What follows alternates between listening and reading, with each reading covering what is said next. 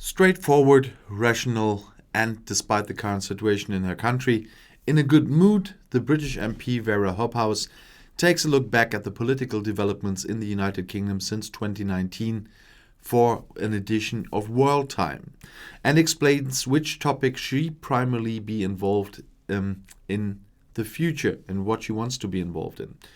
Brexit is a historical mistake, she says. The fact that I and like-minded opponents of Brexit could not stop it is also a personal defeat, says Hobhouse, describing the political dilemma that began with the Brexit referendum in June 2016. Referenda have to be a simple yes or no decision, otherwise there will be a terrible mess.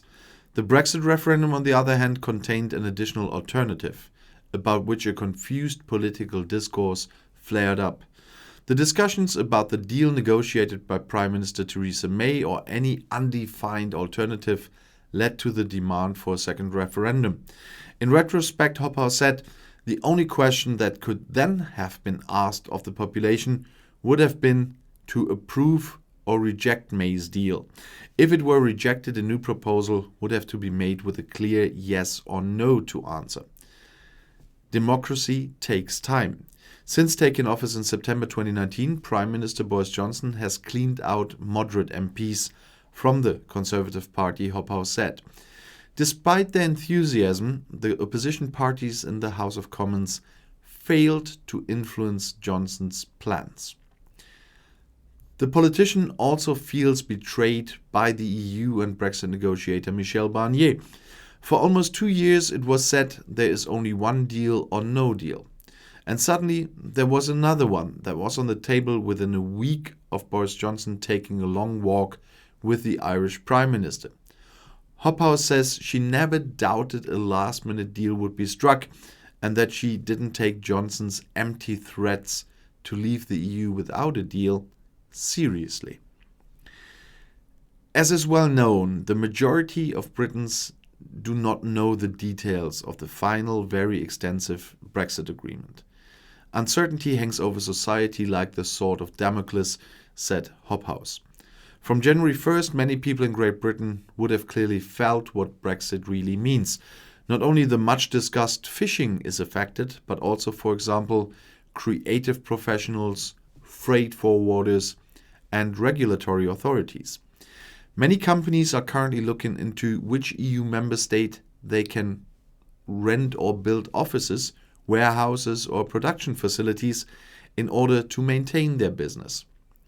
Another unanswered question is whether British citizens who also have citizenship of an EU country can keep it in the long term. When asked why the population did not protest against the government, the politician said one reason was the corona crisis. The pandemic delayed the effects of Brexit becoming visible, and Johnson blamed the problems on the EU. And the second reason? The British are characterized by a positive, flexible mentality. And that's exactly what I like about them, says Hobhouse. She describes the situation as slow puncture. People will still feel smeared. Hobhouse's hope for political change is low due to the UK's suffrage and party system. Her party of the Liberal Democrats, which won 11.5% of the vote in 2019, would have 80 seats in the German Bundestag and 11 in the lower house. These correspond to only 2% of all seats in the lower house. In addition, coalitions of the very different opposition parties, including Labour, the British Greens, and the Scottish Nationalists, are hardly conceivable. There is little cohesion and no common strategy. Hobhouse dares to take a look into the crystal ball. She could well imagine that after the elections in Scotland in May, the call for a second EU referendum would be louder. However, the government in London would have to agree to this. In Northern Ireland, she believes that a closer relationship to the EU member Ireland than to Great Britain is a realistic scenario in the medium term. The MP is calm. Perhaps the United Kingdom does not have to be one of the strongest powers in the world in the future. Perhaps you can live well in a country without political influence, she says. When asked how the British media behaved in times of crisis, Hobhouse said it was No wonder if the BBC goes on a cuddle course with the government, since it is financially dependent on their support. It depends on the personalities. Some journalists are quite objective, fact-oriented and critical. Liberal media would have a hard time competing with Rupert Murdoch's anti-EU tabloids and platforms. Hobhouse said, although I have the hope that the majority in the country is progressive, it is currently too weak. The climate crisis will become more dominant, said Hobhouse. And it is much more important to me personally than Brexit, she says. The Johnson administration is not taking the issue seriously, and a zero-carbon strategy is essential. As a politician, you should always need a focal point. After Brexit, I will now focus entirely on climate change. Wera Hobhouse has been a member of the British House of Commons for the Liberal Democrats Party, which opposed Brexit since, and she was there since 2017. She's spokeswoman for the Liberals on justice, women and equality, and achieved a legislative specification against sexual harassment through upskirting. Born and raised in Germany, the former radio journalist, artist and teacher has lived in England since 1990. 15 years ago, she exchanged German for British citizenship. And in this interview, she mentioned the Murdoch anti-EU media. What is really interesting at the moment on YouTube is there are quite a lot of channels that are very similar. You never see a face there, and I don't mean Max. You sometimes see his face and you clearly can recognize him. But there are some very similar channels that are working anti-EU and pro-Brexit. They are all working only with B-rolls and with a voice from the off. And they all have texts running below with a part of the text marked in color. It's all in a different place and a different color, but they are so similar if you watch them that you really get the feeling that all those channels belong together. You can't see it because there's not that much information in the channel info. But it's quite surprising that they are all there and all going the same direction. They all look the same. The thumbnail designs, they use different colors, but the general design is the same.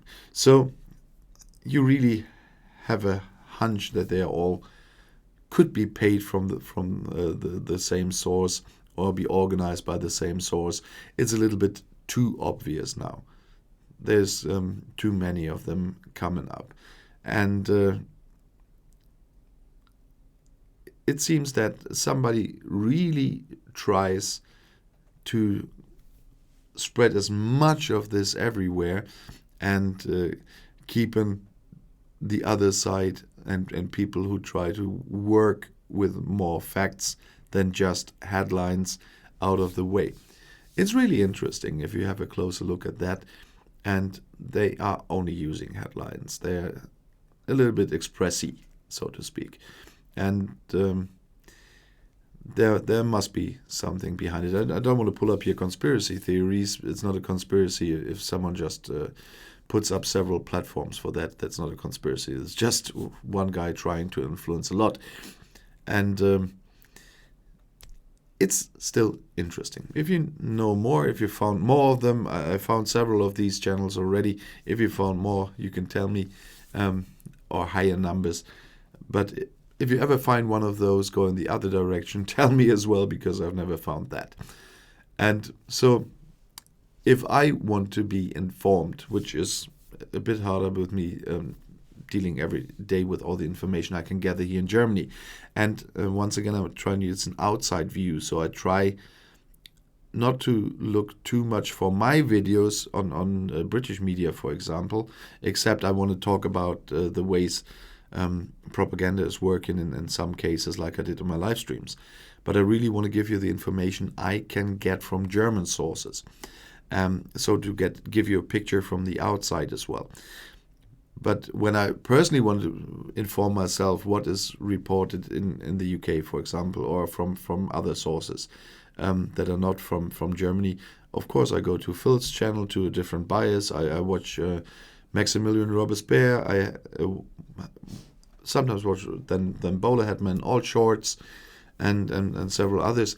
So there are enough out there where you can get a different view than just the same headlines every day, which the channels I mentioned earlier, they all are the same.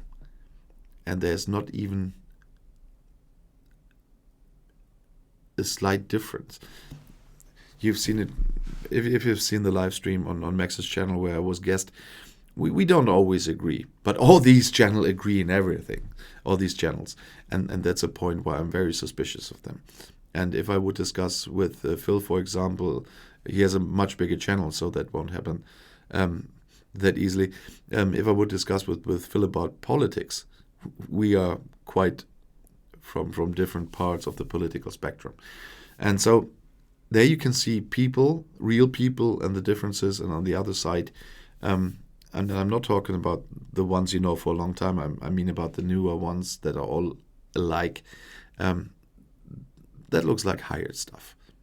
But I just wanted to mention this once because it really got obvious to me in the recent days when I saw more and more of them. And I wanted you to be aware of that. And if you want to stay informed, please subscribe to my channel. Auf Wiedersehen.